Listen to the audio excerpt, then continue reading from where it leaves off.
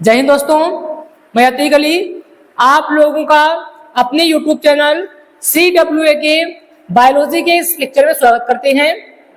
तो आज जो है बायो का हमारा चौथा लेक्चर है।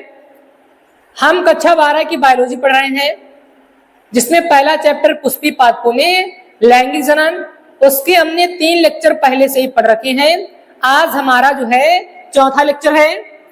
तो आप लोग क्या करें, ज्यादा से ज्यादा अपने मित्रों के साथ शेयर करें ताकि वो भी इसका लाभ ले सकें। देखिए, हमने जो है पिछली क्लास में पुंकेसर और परागकोश की संरचना पढ़ी थी। हमने बताया था कि हमको नर युग्मक और मादा युग्मक बनानी है। तो हम नर युग्मक बनाने की ओर 2 स्टेप चल चुके थे। सबसे पहले हमने पुंकेसर बनाया था, पुंकेसर से हमने परागकोश। अब परागकोश में क्या होती है, लघु बीजाणुधानी होती है। उसके बारे में क्या पढ़ेंगे, हम पढ़ेंगे लघु बीजाणुधानी जो क्या होती है परागकोश के अंदर होती है ना। परागकोश के अंदर क्या होती है, लघु बीजाणुधानी होती है। तो हम आज पढ़ेंगे लघु बीजाणुधानी की संरचना। लघु बीजाणुधानी की संरचना पढ़ेंगे। क्या पढ़ेंगे, लघु बीजाणुधानी की संरचना पढ़ेंगे। तो एक बार पहले हम क्या करते हैं, थोड़ा परागकोश की संरचना जो एक बार देख लेते हैं, कैसे हमने बनाया था परागकोश। देखिए, समझें ध्यान से।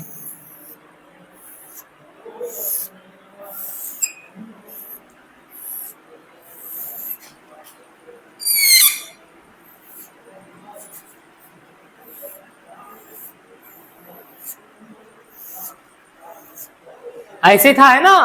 ये परागकोश था। क्या था भैया, परागकोश था।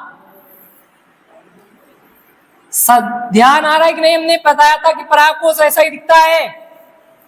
हमने बताया था परागकोश ऐसा ही दिखता है, दिखता है ना। जो परागकोश है तुम्हारा ऐसा ही दिखता है। इसमें क्या होती है, यहाँ पे एक, यहाँ पे लघु बीजाणुधानी, एक यहाँ पे लघु बीजाणुधानी, एक यहाँ पे, एक यहाँ पे, इस तरीके से 4 लघु बीजाणुधानी होती हैं। बात कितना हमने याद आ रहा है। अब देखिए, जो लघु बीजाणुधानी के बारे में पढ़ने जा रहे हैं, तो पहले 1-2 अगर पॉइंट हम लिखना चाहें तो क्या लिखेंगे। देखिए, इधर नाम कर लिखेंगे, इधर जो है हम बता रहे हैं 1-2 पॉइंट जो है क्या बताएंगे कि जो लघु बीजाणुधानी होती, क्या होती है, लघु बीजाणुधानी गोलीय संरचना है। कैसी है, गोलीय संरचना है।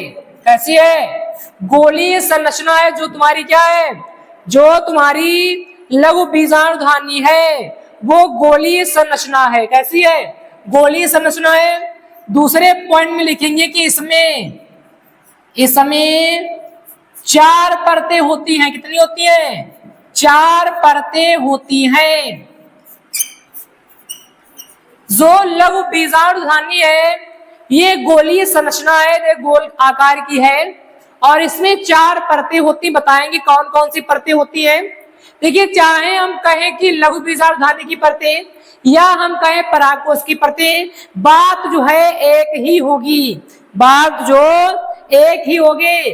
आपसे पूछे लघु बीजाणुधानी संरचना बनाओ या आपसे कहे परागकोश की संरचना बनाओ, आपको यही बनाना है। और ये 5 अंक में पूछा जाता है।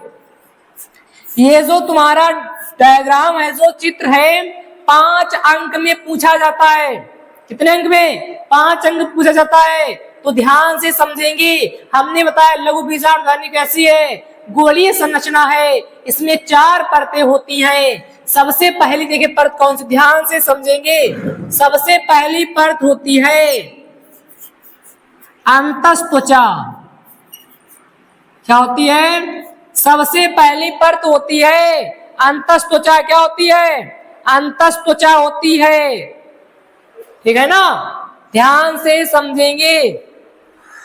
देखिए, इधर लिखे जो है स्पेस नहीं मिल पा रहा है, इधर लिखते हैं, फिर बाद देख लेंगे। यहाँ देखिए, यहाँ पे इधर है ना। सबसे पहले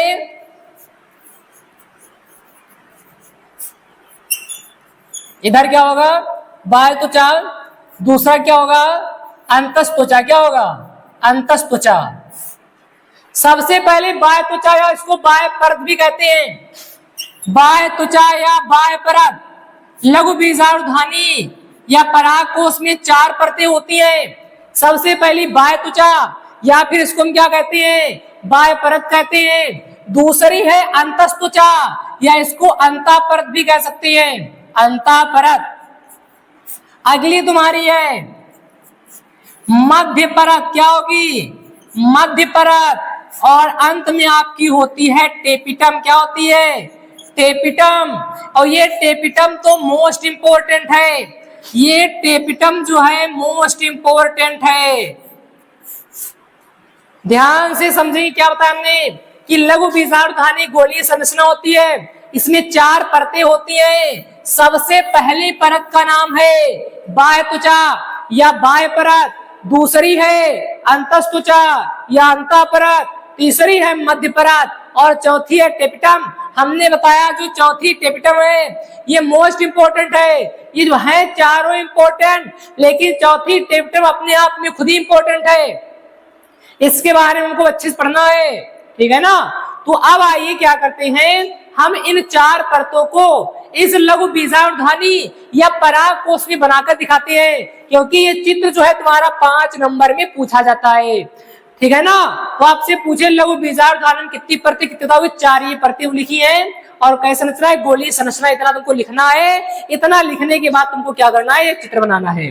अगर 5 नंबर में क्वेश्चन पूछता है तो 5 नंबर में तुमको क्या करना है, ये जितना हमने यहाँ पे लिखाया ये लिखना है, उसके बाद ये वाला तुमको डायग्राम बनाना है।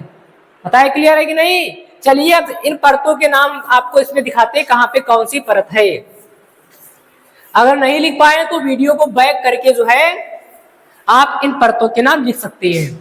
देखिए इसका थोड़ा जो साफ बनाते हैं, चित्र जो है गंदा नहीं होना चाहिए, है ना।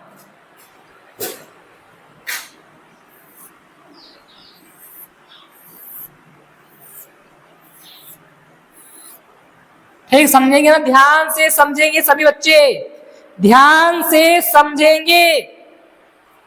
देखो अब यहाँ पे 4 लघु बीजाणुधानी है, तो इन सभी हर लघु बीजाणुधानी में क्या होगी, 4 परतें होंगी। 4 परतें इसमें भी, 4 परतें इसमें भी, 4 परतें इसमें और 4 परतें इसमें। अगर आप लोग पेपर में इन चारों लघु बीजाणुधानियों में क्या करेंगे, चित्र बनाएंगे, तो आपका इससे समय जो है ज्यादा खर्च होगा, है ना, पेपर छूट सकता है। इसलिए आप क्या करिए, केवल एक में 4 परतें जो हैं बना करके दिखा दीजिए और तुम्हारा नंबर कोई नहीं काटेगा, इसकी गारंटी हम आपको दे रहे हैं। भाई अगर चारों में हम बनाने बैठ जाएंगे तो बहुत समय जाएगा, तो हम एक में क्या कर देंगे, बना करके दिखा देंगे और इससे आपका काम चल जाएगा। पूरे में पूरे नंबर मिलेंगे, एक भी अंक इसमें कटेगा नहीं, ठीक है ना। देखिए सबसे पहले ध्यान से समझेंगे, सबसे परत जैसी बना को ऐसी बनानी है आपको है।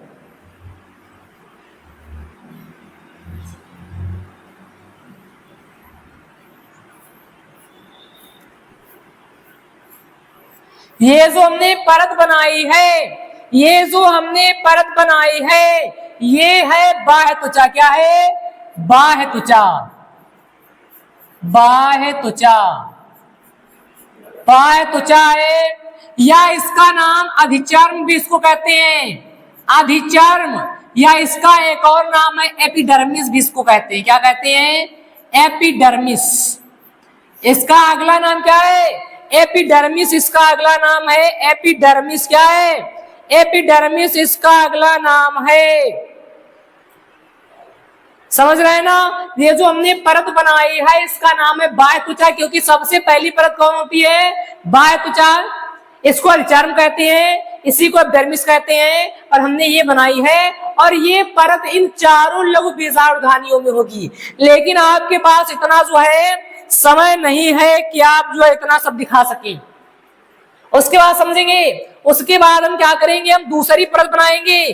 क्या करेंगे, दूसरी परत देखिए जैसे बना रहे हैं वैसे बनाएगा, चाहे तो साथ बनाने के लिए, क्योंकि चित्र गंदा नहीं होना चाहिए, साफ का चित्र बनाना हमको है। ये अच्छा हमने बाह्य त्वचा बना ली थी पहले। अब ये जो हम बना रहे हैं, ये वाली जो हमने बनाई है, इस वाली को हम कहते हैं अंतस्थ त्वचा। क्या कहते हैं, अंतस्त्वचा कहते हैं। क्या कहते हैं? अंतस्त्वचा कहते हैं। या फिर इसका और अगर नाम लिखना चाहें तो इसको हम अंतस्थीसियम भी कहते हैं। अंतस्थीसियम ये भी इसका एक जो है नाम है। समझ रहे हैं ना? इसको चाहे आप अंतस्त्वचा कह लें या अंतस्थीसियम कह लें, बात एक ही है। ये सबसे पहले हमने बाह्य परत बनाई। हमने बताया था कि लघु बीजाणुधानी सबसे पहले बाह्य त्वचा होती, बाह्य परत होती है, इसको अधिचर्म भी कहते हैं, एपिडर्मिस भी कहते हैं। ये हमने बना करके यहाँ पर दिखा दी। दूसरी हमने बनाई अंतस्त्वचा, जिसको हमने क्या कहा? अंतस्थीसियम। क्या कहा? अंतस्थीसियम कहे या अंतस्त्वचा कहे, बात जो है वो एक ही होगी। बात कैसी होगी? एक ही होगी। और ये जितनी परतें बना रहे हैं चारों के पास होगी, पहले हमने बता दिया है। आप चारों के पास नहीं दिखानी आपको है। फिर उसके बाद क्या करेंगे? तीसरी परत बनाएंगे, मध्य परत। क्या बनाएंगे? मध्य परत। इसमें आप क्या करिए? केवल इस टाइप से इसमें भर दीजिए। इस तरीके से, इस तरीके से आप क्या करिए? इसमें भर दीजिए।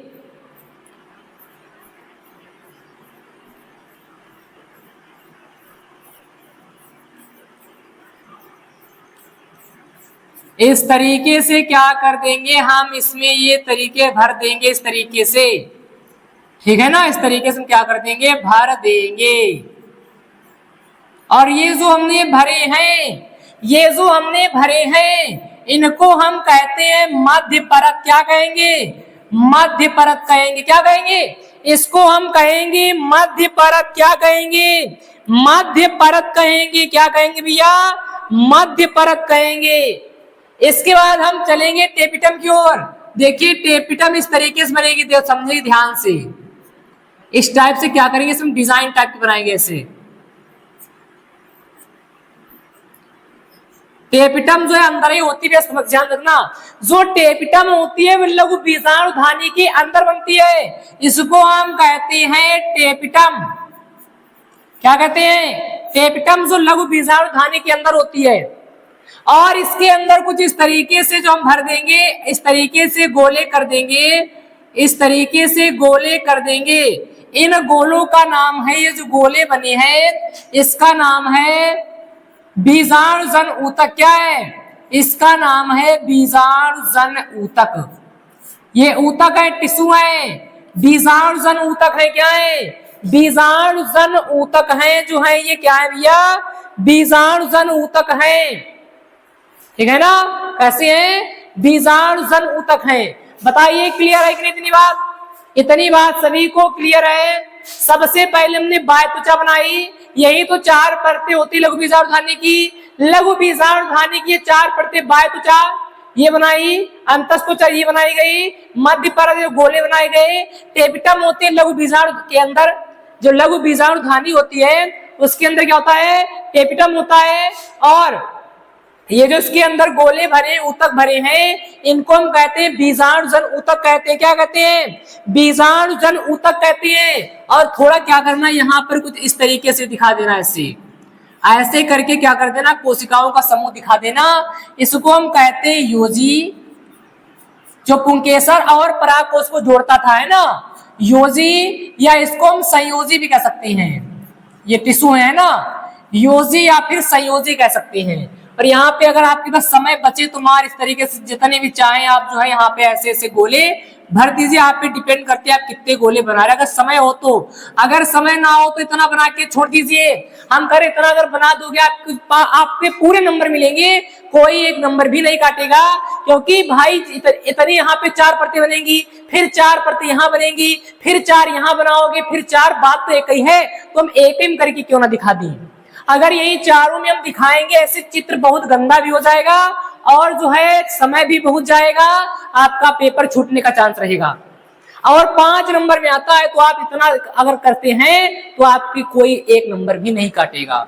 तो ये थी, इसको देखो, ये तुम्हारा है अपरिपक्व। कैसे क्वेश्चन पूछेगा? अपरिपक्व पराग कोश की संरचना। अपरिपक्व पराग कोश की संरचना है ये। अपरिपक्व पराग कोश की संरचना है। क्या है? अपरिपक्व पराग कोश की संरचना पेपर में पूछेगा। बताइए अपरिपक्व पराग कोश की संरचना बताओ। तो तुमको ये वाली क्या करनी है, संरचना बतानी है। और यहाँ पे टेपिटम देखिए, टेपिटम का कार्य देख लीजिए क्योंकि ये इंपॉर्टेंट बताया हमने, टेपिटम जो इंपॉर्टेंट है इसके बारे में आगे हम पढ़ेंगे। लेकिन क्या करते हैं, एक काम इसका हम यही जान लेते हैं, जो टेपिटम होता है ये जो लघु बीजाणु बनते हैं, क्या बनते हैं, लघु बीजाणु बनते हैं, उनको क्या करता है, पोषण प्रदान करता है। लघु बीजाणुओं को पोषण प्रदान करता है टेपिटम, पोषण प्रदान करता है जो तुम्हारा क्या होता है, टेपिटम होता है। तो आप लोग क्या कीजिए, इस चित्र को बना लीजिए, इस चित्र को आप लोग बना लीजिए, फिर जो हम आगे पढ़ाते हैं। चलिए चित्र बना भैया, ठीक है ना भैया, चित्र बना लिया, आप इसका स्क्रीनशॉट ले लीजिए ना, बाद में बनाते रहिएगा। अब आगे हम पढ़ेंगे टेपिटम के कार्य पढ़ेंगे, क्या पढ़ेंगे, टेपिटम के कार्य पढ़ेंगे, टेपिटम के कार्य।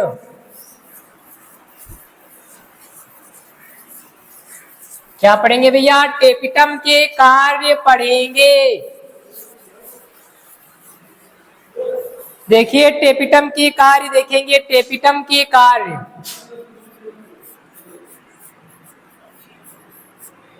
टेपिटम के कार्य।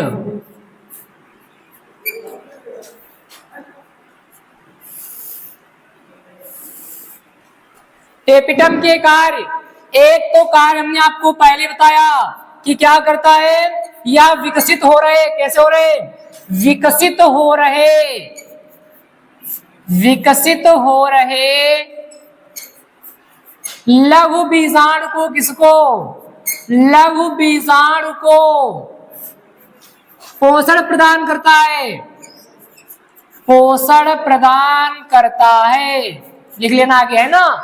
ये जो आपका टेपिटम है, कौन है भैया, टेपिटम है, ये क्या करता है, विकसित हो रहे लघु बीजाणु को पोषण प्रदान करता है, इसका पहला कार्य है टेपिटम का।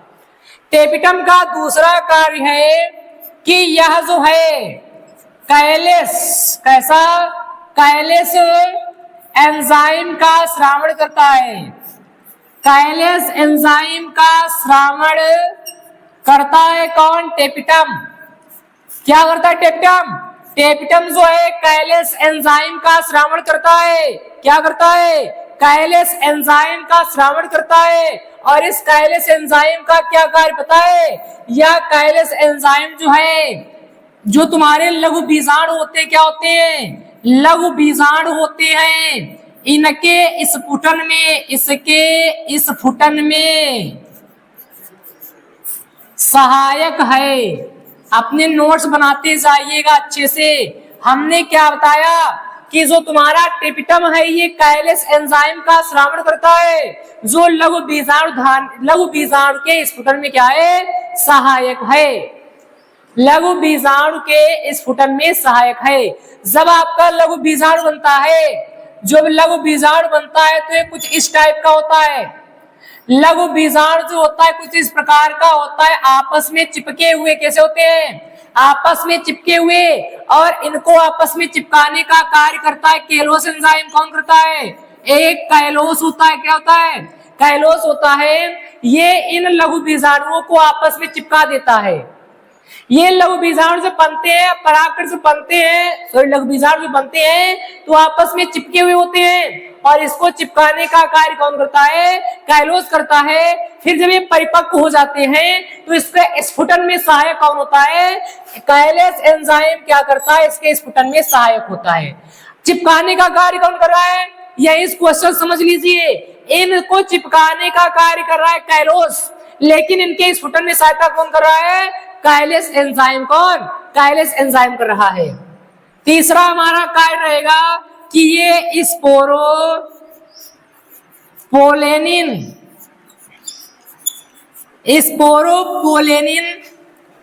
पदार्थ का निर्माण करता है, पदार्थ का निर्माण करता है, पदार्थ का निर्माण करता है, किस पदार्थ का, स्पोरोपोलेनिन पदार्थ का निर्माण करता है। और इस स्पोरोपोलेनिन पदार्थ की विशेषता यह है कि यह बिना सड़े कई वर्षों तक रह सकता है। ये जो है लघु बीजाणुओं को सड़ने से बचाता है। भाई यह परत बना लेता है अपनी। टेपिटम क्या करता है, स्पोरोपोलेनिन पदार्थ बनाता है, इसका निर्माण करता है। ये लघु बीजाणुओं के चारों ओर जाकर के परत टाइप की बना लेता है। और परत बनाने से क्या होता है कि ये जो है लघु बीजाणुओं को पराग कर जो तो इसको सड़ने नहीं देता है, क्योंकि ये खुद ही ऐसा पदार्थ है जो कई 100 वर्षों तक बिना सड़े रह सकता है। चाहे आप कैसा भी अम्ल ले लें, इस पर कैसा भी पदार्थ डाल दें, ये पदार्थ जो है नष्ट होने वाला नहीं। बड़ा ही सबसे कठोर, ये जो है सबसे कठोर पदार्थ है। जितने भी पदार्थ है उनमें से सबसे कठोर अगर कोई पदार्थ है तो वो है स्पोरोपोलेनिन। अपना नोट्स बना लेना कि सबसे कठोर पदार्थ है स्पोरोपोलेनिन। इससे कठोर पदार्थ कोई है ही नहीं। इस पर कहें जो भी जितना भी आप कर सकते हैं अम्ल डाल ले, कुछ भी डाल ले, लेकिन ये नष्ट होने वाला नहीं। इसलिए क्या करता है, टेपिटम स्पोरोपोलेनिन पदार्थ का श्रावण करता है। ठीक है ना। तो ये थे तुम्हारे टेपिटम के कार्य। तो आज जो है हम इस वीडियो में इतना ही रखते हैं। आगे आने वाले वीडियो में इसके आगे पढ़ा जाएगा। आप लोग क्या कीजिए, वीडियो को ज्यादा शेयर कीजिए, है ना, अपने मित्रों के साथ, क्योंकि जो है आज की क्लास तो बहुत ही इंपॉर्टेंट है। 5 नंबर आपको देगी ये क्लास। कितने नंबर? 5 नंबर देगी। तो सभी अपने शुभचिंतकों के साथ क्या कीजिए, इस वीडियो को शेयर कीजिए। फिर मिलेंगे नेक्स्ट वीडियो में, तब तक के लिए धन्यवाद।